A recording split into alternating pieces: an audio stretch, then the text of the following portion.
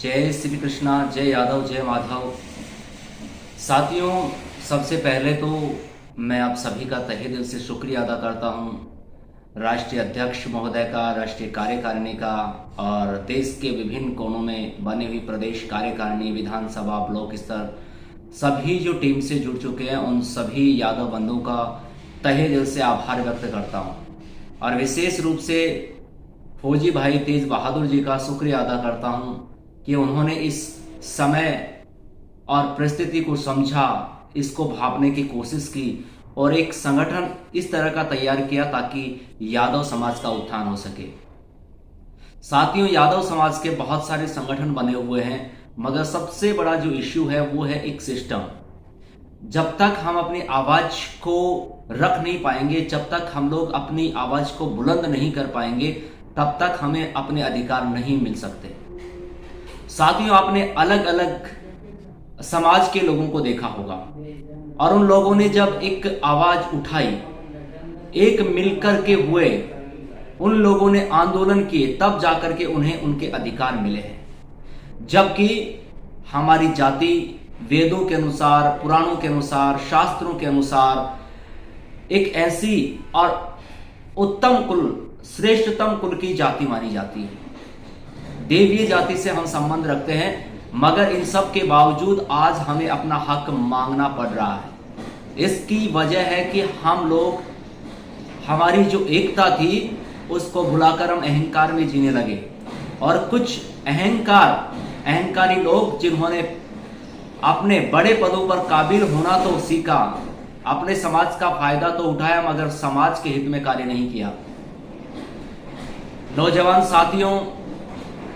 अब ये समय आ चुका है कि हम लोगों को एक होना है। हमें अपने गौरव को जानने की कोशिश करनी है, हमें अपने इतिहास को जानने की जरूरत है। सबसे बड़ा इश्यू ये भी है कि हमारे समाज के बंधु हमारे इतिहास को नहीं जानते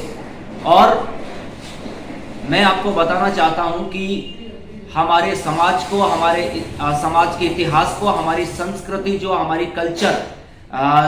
जिसको यादव समाज ने सर्वश्रेष्ठ दिया है, उसको लोगों ने दबा दिया।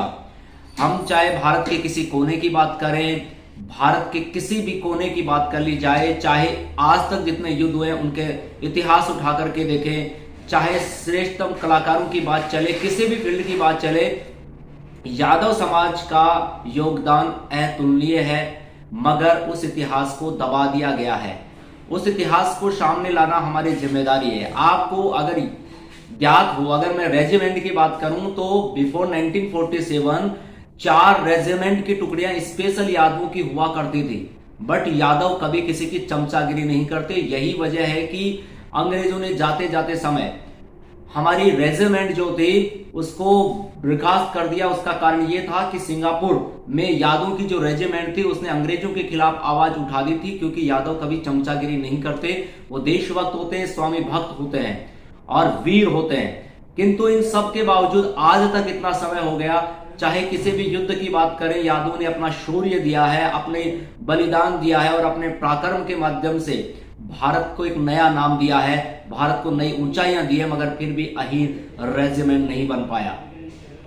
उसका क्या कारण है, ये हम लोग अगली वीडियो में भी चर्चाएं करेंगे। साथियों, ज्यादा से ज्यादा संख्या में अगर यादव भाई जुड़ेंगे संगठन से, ज्यादा हम लोग इकट्ठे होंगे,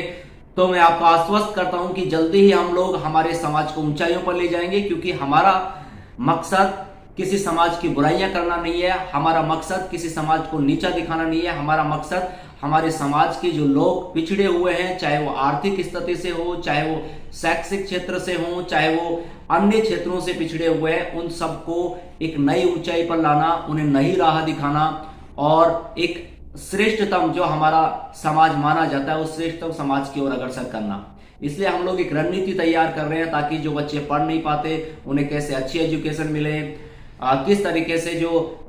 वैकेंसी जाती है कंपटीशंस की, गवर्नमेंट जॉब की, बच्चे